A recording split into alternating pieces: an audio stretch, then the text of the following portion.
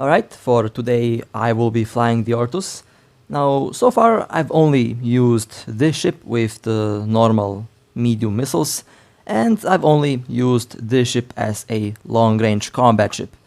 Now, today I want to change that. I have some ideas that I want to share with you. Basically, I plan to use the Ortus with torpedoes and with rapid missiles.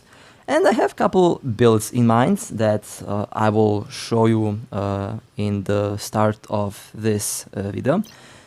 Now, the first build is with rapid missiles. Currently I have 718.62 DPS. Now, this is not a finished build. I still have to change a lot of things. Mainly I have to change the rigs. The rapid missiles are still very fast. They have very good damage application, and overall they have very decent range. And of course the DPS is still pretty good. For the medium slot modules I will be using Scramblers, a Nosferatu and a Web. Now ideally I want to have a large Nosferatu, which is basically a very similar build that I use on the Stratius and on the Ashimmu. Now the main issue with this ship is the power grid. Currently I can't place the large Nosferatu on the Ortus. Even when I change the shield booster into a medium shield booster, I'm still not able to fit that one large Nosferatu. I like around 143 power grid. So that means I will have to tamper with this ship's engineering rigs. Basically I will have to find a way to make room for one large Nosferatu. The Nosferatu will be important to maintain the capacitor at around 15, 17 or 20 kilometers. That's the optimal orbit with a fit like this. Now, speaking of rigs, I have most of the rigs I will have to change. Basically, the current DPS rigs have to be a mix of tank and DPS. I want to improve the resistances on the Ortus. The current base shield hit point is actually more than enough, but the resistances are not looking that good. So two of the rig integrations will be focused on tank, while the third rig integration will be focused on missile performance and DPS. Or perhaps I will do the opposite and focus two rig integrations on DPS, and the third will be focused on tank. I still have to decide what will be the ideal build. And of course, for the engineering rigs, I will have to sacrifice the auxiliary thrusters. Now here, I will definitely go with a mix of speed, capacitor and power grid. So we'll have to do a lot of testing to see what's going to be the optimal build for that, but that's basically the idea that I have for the Ortus in order to use the torpedoes and rapid missiles. Now by default, the Ortus is a ship that's basically built to be used at long range. Basically out of the box it can use medium missiles and orbit at 40-45 kilometers. But if you want to make the ship work at closer distances, then you have to be a little bit creative with the build and with the rigs. Now I will show you the DPS with one and then with dual ballistic controls. Basically the Ortus has a lot of DPS, one of the highest DPS outputs of any faction cruiser. And I'm actually really impressed by the cold DPS on the torpedoes. 1226.04 DPS with the torpedo launchers. They have short range, they're a little bit slower than the other missiles, but overall they do a lot of damage and they have a very quick activation time. So torpedoes are a valid option with the Ortus. A little bit risky, yes, but definitely doable and 100% going to be effective. With dual ballistic controls, 1350.69 DPS, which is actually really good. And now let's take a look at the hot DPS of this ship. Now the current nanocore is built for speed, so this is not even the maximum possible DPS output on the Ortus. With a nanocore, I can actually make the DPS go up a lot. So my goal would be to get around 3000 DPS with the Ortus. And if I achieve that, it's going to be fun. That's basically the current goal that I have with this ship. With one ballistic control active, the DPS is 1543.50. With dual, the DPS should be around 1730.25 DPS, which is actually really good for a cruiser. That's higher DPS than I have on the Bhaalgorn and on the Abaddon, and of course higher DPS than I have on the Hyperion. Of course, those ships are built for tank, but this is a cruiser, and that is very impressive. Now I have 900 DPS with the rapid missiles, with the same build from before, using dual ballistic controls and the afterburner. It's actually not that slow with the afterburner. It's faster than the Ashimmu, but it is slower than the other faction cruisers. In return, it has excellent DPS. Now, let's take a look at the active DPS with the rapids. 1150.37 DPS with rapid missiles using the dual ballistic controls, which is really good for rapid missiles. Should be very lethal against interceptors and frigates, because rapid missiles are after all designed to shoot down smaller ships. Now for the tank, with dual shield hardeners, the resistances are 57, 69, 74 and 78, which is not bad, but I will have to improve the EM and thermal resistances on this ship. Docking request accepted. Which I will do with the rig integrations, and all that is already planned. Now as for the nanocore, I already told you that this current nanocore is for velocity. It has a flight velocity bonus. The other nanocore is for DPS, so let me quickly fit the other nanocore that I have on this ship. And now the DPS will be a little bit higher, but the ship's velocity will be a little bit slower, plus 15.60% extra missile damage. Now let me go and equip the ballistic controls just to show you what's the current maximum possible DPS output on the Ortus. 964.86 cold DPS with rapid missiles. Let's take a look at the active DPS on the Ortus, and after I will show you the active DPS on the torpedo launchers. I expect around 1,800 DPS with the torpedo launchers, but we will see. With one ballistic control, it's 1,101.20 DPS. With dual, the DPS is 1,233.26, which is not bad. The speed is 1.3 kilometers per second, which is still not bad. It's actually more than enough for the vast majority of battlecruisers. And now with the torpedoes, 1448.44 cold DPS. Let's take a look at the undocking. At the active DPS output on this ship. Should be very close to 2000 DPS. That's my estimate, but we will see what will happen. So far, I'm more than happy with the current results. And I really want to make this even better. 1.6,000 DPS with one, and with dual the DPS is 1,800, which is actually really good.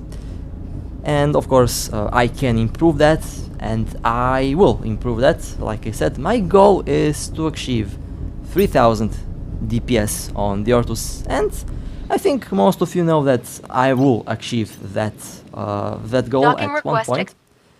So that's basically the idea that I have for the Ortus. Now let me just quickly go to the Astero. I had a very funny moment today that I would like to share with you. Now the Astero is my ship for exploration, and I love this ship. I have been flying the Astero for a year now. This is still the original Astero from back when the ship was released. And this ship is in no way, shape or form suitable for PvP with the current build that I have. Now I'll just quickly show you the modules, just to show you what I used against the first target today. I can guarantee you it's going to be hilarious. It's something that happens very rarely. And this Astero actually has rig integrations. This is how I bought this ship from the contract. These are not my original rig integrations, but this is basically how this ship is built and how I mostly fly this little Astero. And this little Astero has some teeth, that's for sure. Most of my ships have a lot of kill marks. This little ship has them as well. So you might be wondering, what the hell am I talking about? Well, let me show you. So let's go towards the first target. We have a Bhaalgorn.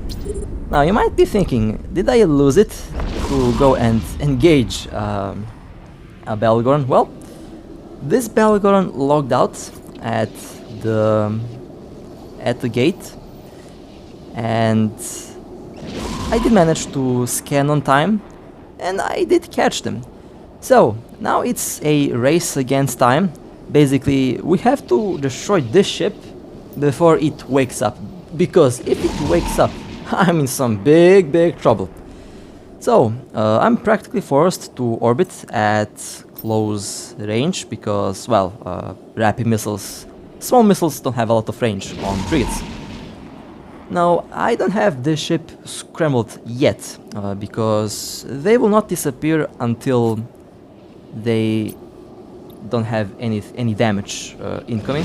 Basically, as long as I shoot at the Bhaalgorn. So, luckily, I had some friends in system, and of course I did request backup, because after all this is a Bhaalgorn and I am in a Astero. So far I'm doing some good damage on the shield of that monster. I know how lethal a Bhaalgorn can be. I actually, well, you all know I fly one. And yeah, definitely not pleasant to go and engage that ship with a exploration frigate that's not built for PvP. But here we are, slowly shooting away the Bhaalgorn. They are now at around 50% shield, and I pray that it doesn't wake up, because if it wakes up, I'm dead. Like, I'm just going to be very dead. And of course, let me do a very big mistake, and I will orbit in the scrambler range of the Bhaalgorn. But the Bhaalgorn is currently sleeping, so I'm not really... Well, I can't say that I'm not worried. I'm very worried, because that thing can wake up at any moment. We are practically racing against time to shoot down this Blood Raider monster. The Bhaalgorn is now into armor. We have one Stratios and Astero shooting at this Bhaalgorn. Not really sure what nanocore they have. It kind of looks like the Deathwish nanocore, although I'll be honest, I have no idea. But from this current perspective, it does look like a Deathwish nanocore. And this Bhaalgorn is a armor tank.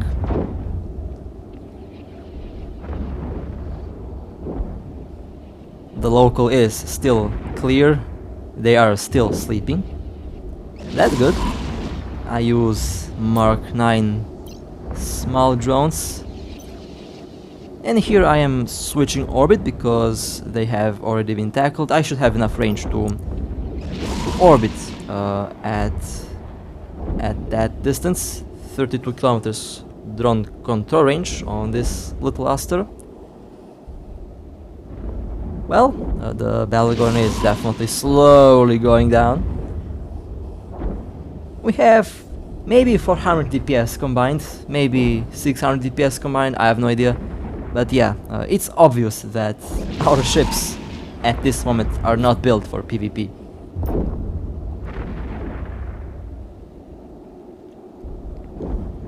Now the Bhaalgorn is in low armor. Still praying that it doesn't wake up. But it looks like they are not waking up yet. The Bhaalgorn is still in a low armor.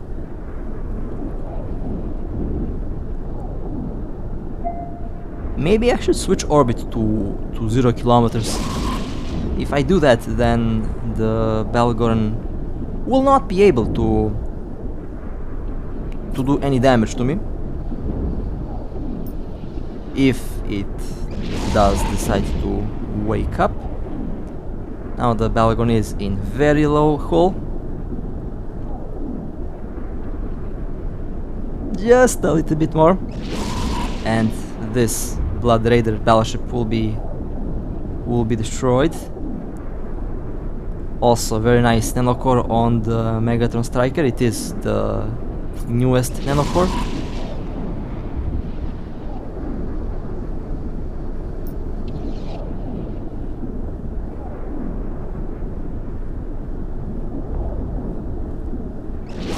%1 hull left on the Bhaalgorn.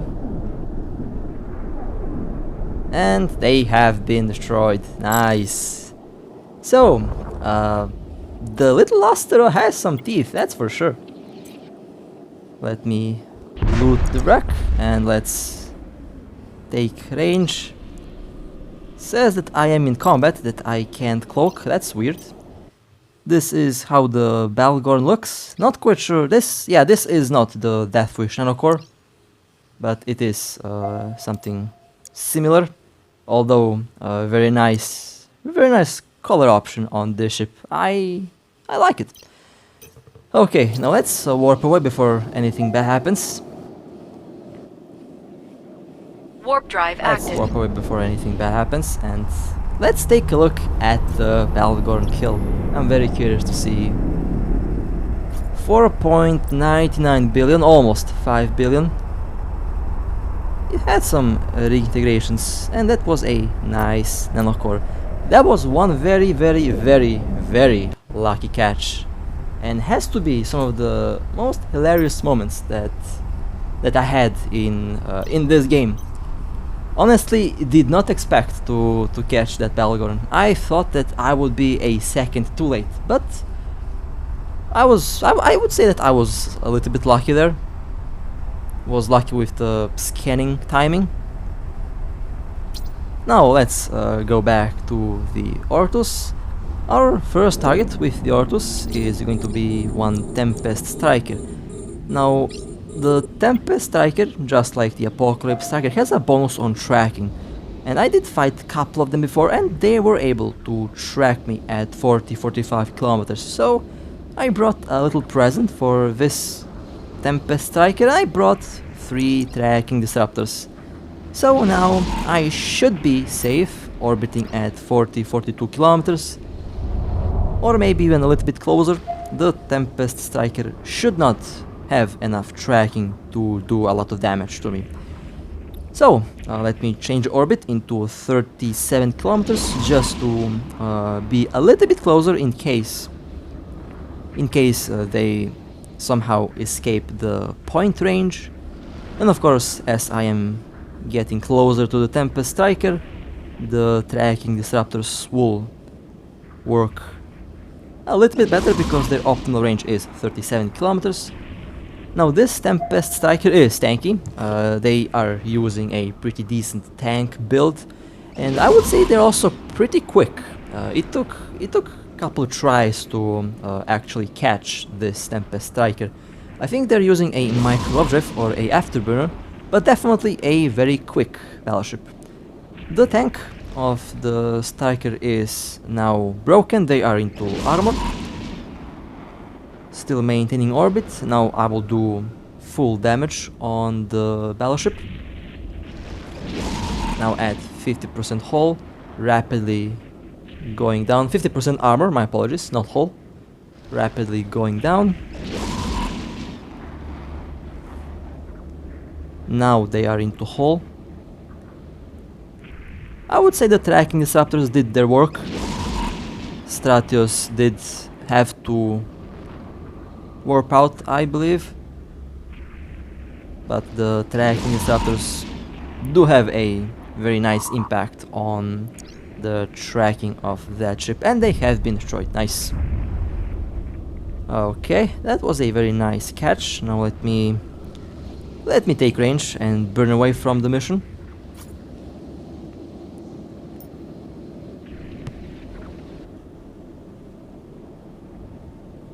Let me take a look at the kill mail. 1.9 billion, almost 2 billion, not bad. Very decent build, 1 NOS and 1 neutralizer. They also had a micro overdrive, explains why that ship was quick. Overall, a decent build. A very decent build. Warp drive active. Warping towards the next target. Still using the same build from before with triple tracking disruptors. I really like to use tracking disruptors on this ship. Does help a lot. We have one Macario. This Macario has a very interesting nanocore that I will show you. And this Macario is also very quick. It took us some time to tackle that ship. It also appears to have a good shield tank. Now orbiting at 43 kilometers. The Macario is also one of those ships that can track an Ortus at this range, so having tracking disruptors is always a good idea. We'll change orbit into 37 kilometers. Here we can take a look at this ship. It actually looks really nice. That nanocore is one of the prettiest nanocores that we have in the game. The effects are actually really nice. Although I don't have this nanocore, but it still looks really nice and I like it. Macario now into hull. I am doing full damage with my missiles.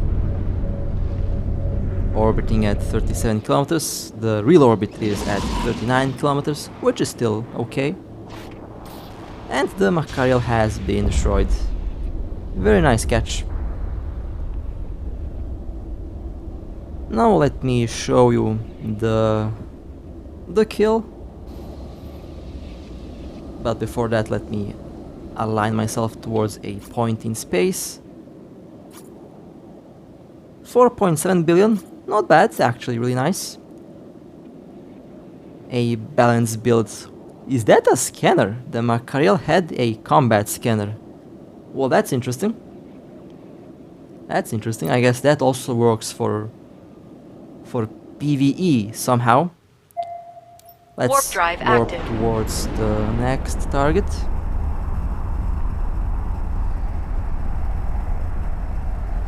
This time I am using the classic Ortus build, dual points, web and scrambler. We have one Dominix too. Let's quickly go within optimal range. One good thing about the Ortus is that it's actually really fast. So even if I land 100 kilometers away from the target, I will be within optimal range in couple seconds. So you can practically warp in at any distance from any point and you will be able to catch your target without much of a problem. Okay, Dominix has been pointed and now I'm orbiting at 41 kilometers. The real orbit is at 43 kilometers. They have launched... They have launched medium drones or smaller drones. Well, in any case, I will be holding point as long as I can. Drone boats are a threat to this ship, so I have to be really careful what I'm doing here. Looks like the Dominix doesn't have a interest in shooting the Ortus. They are shooting at the Stratios. And they have a very nice nanocore. I think this is one of the first and of course that has been released to the game. I guess I'll check that out once we destroy this ship. If we destroy this ship. Uh-oh, the Dominix is now shooting at me.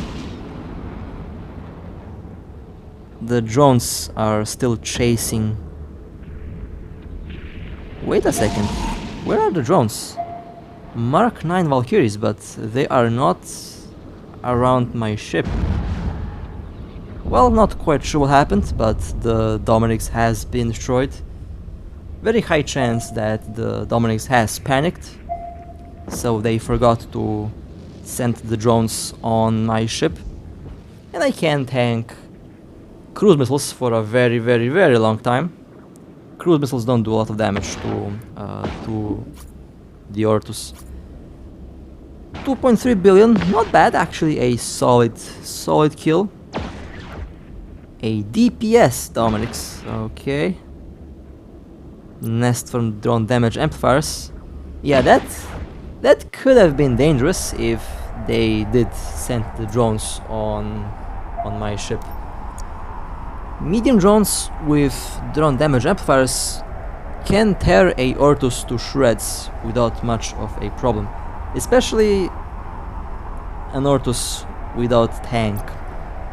Okay, we are going towards the next target. We have one succubus and we have one Ashimmu. The Ashimmu currently is somewhere around the system, probably warping towards this succubus. Succubus has been tackled and they are taking some heavy damage on the shield. Although it looks like this succubus is going to be able to warp out. Yep, they are warping out. There is the Ashimmu, landed right on top of the Apocalypse Striker. That's very bad timing. I will go approach. We'll orbit at 40 kilometers. The optimal orbiting distance around one Ashimmu is 40 kilometers for the Ortus. That's the distance at which the Nosferatu or Neutralizer will stop working in most cases.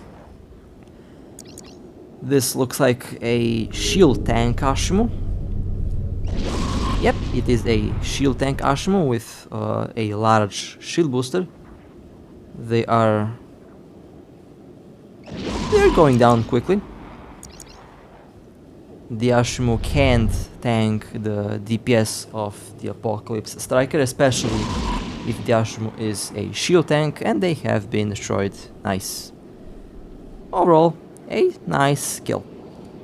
Now let me align myself towards a point in space and let me show you the Ashimmu kill mail.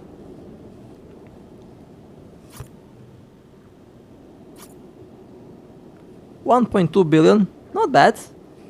A shield tank Ashimmu, a build that is very similar to the build that I use on this ship, although my build is focused a little bit more on resistance. Actually, the main Ashimmu that I have is focused on both resistance and shield tank, and of course the succubus has also been destroyed, so both of the ships have been caught. Overall, very nice and very successful so far. Okay, let's warp towards the next target. We have one Nightmare tackled. Active. The Nightmare actually had one Bhaalgorn and one Vindicator with them,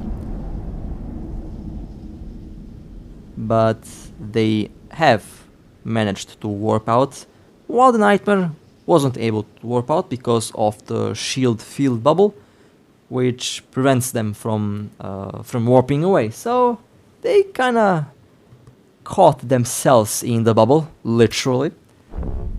And of course we have extra tackle on them. Now this Nightmare is red, so a priority target. I will orbit at 41 kilometers. I have dual tracking disruptors and dual points. Moving within the missile range. I will start opening fire in a moment. The Nightmare can be tanky, but that's okay. We have a lot of DPS with our fleet. We'll orbit at 37 kilometers to make the tracking disruptors have a better effect on the Nightmare. So far the shield of that ship is holding really good.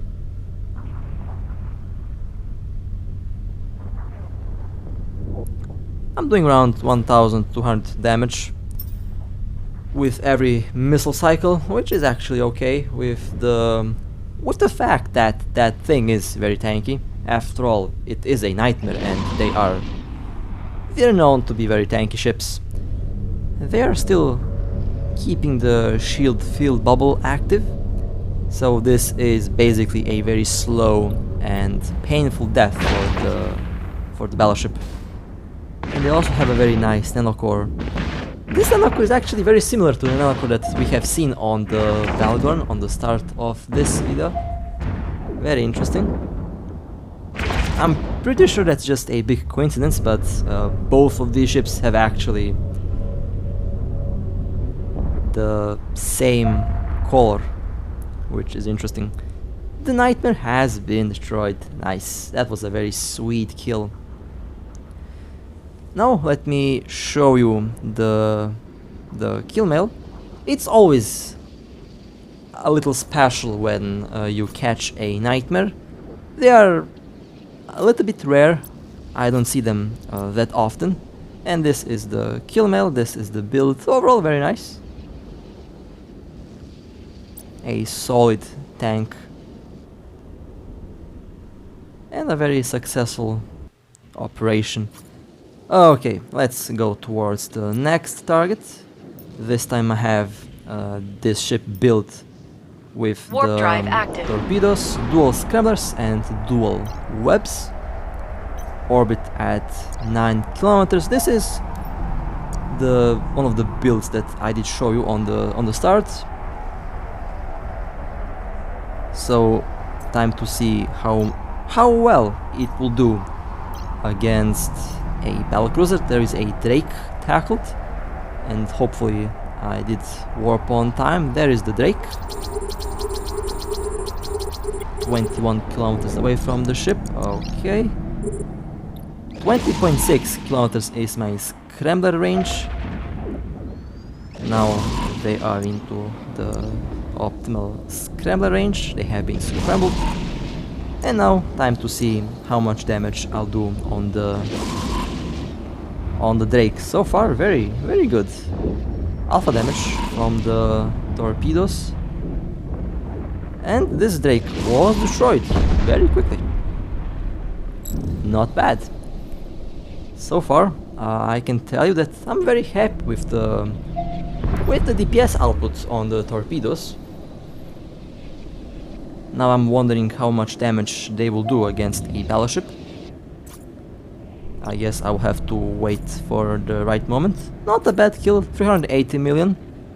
And this Drake was also fitted with torpedoes. Well, not bad. That was a very nice kill. Now let's go towards the next one. We have one cruiser. This Warp time I drive have active. dual ballistic controls. I think I should have went with dual ballistic controls on the Drake, but I was just testing out to see how it will work. And so far that seems to work. Now let's see how this build will work. We have one stabber, a classic stabber. Well, I expected something else. I didn't scan the target. Basically just clicked on the scan and warped towards the location. They have been scrambled and webbed, and this stabber was destroyed very quickly. Well, that was fun.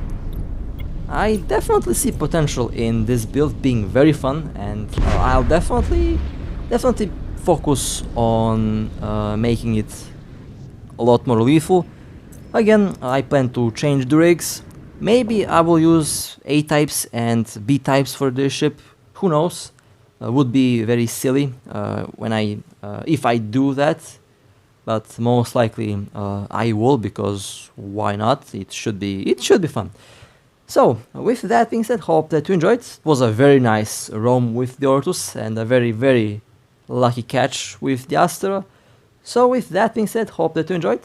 Stay safe, fly safe, and I'll see you next time.